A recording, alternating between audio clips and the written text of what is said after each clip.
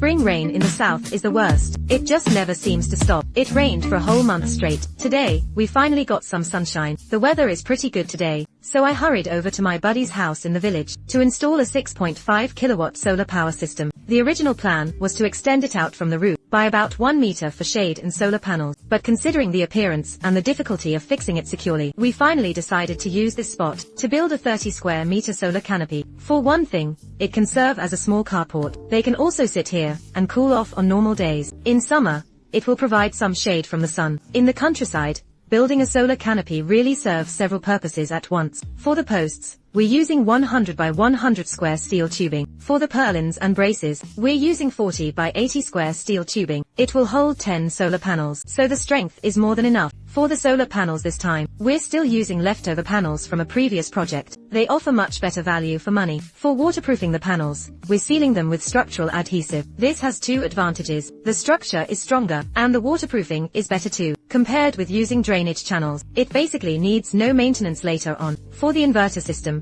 we're still using a 12 kilowatt Leiling unit. Don't ask why I always use a larger inverter. First, if more appliances are added later, there's no need to replace the inverter. Second, if they want to expand the system later, they only need to add more solar panels. I've always believed that whatever you do, you should think about how it will be used 3 to 5 years down the road, because once you get used to having a solar power system, you'll always be wondering whether it's enough, or whether you can use all the power it generates, and you'll be stuck between the two. Here we have 2 PV inputs, plus 1 grid input, and 1 load output. We're using 16 mm squared aluminum cable. Since the user's meter is quite far away, copper cable would cost too much, so 16 mm squared aluminum cable is basically enough. The storage battery is still on the way, so for now, during the day, PV plus grid power will run the loads off-grid. At night, it switches over to grid power. Once the battery arrives in a few days, we'll connect it. That will take care of nighttime power use. In peak season, these 10 solar panels should theoretically generate 30 to 35 kilowatt hours a day. That's enough for a family of 3. If your budget is limited, or you don't use much power at night, you can actually skip the battery storage for now. That makes the installation cheaper, and the upfront investment much lower. Later, if you feel it's necessary, you can add storage then. Alright,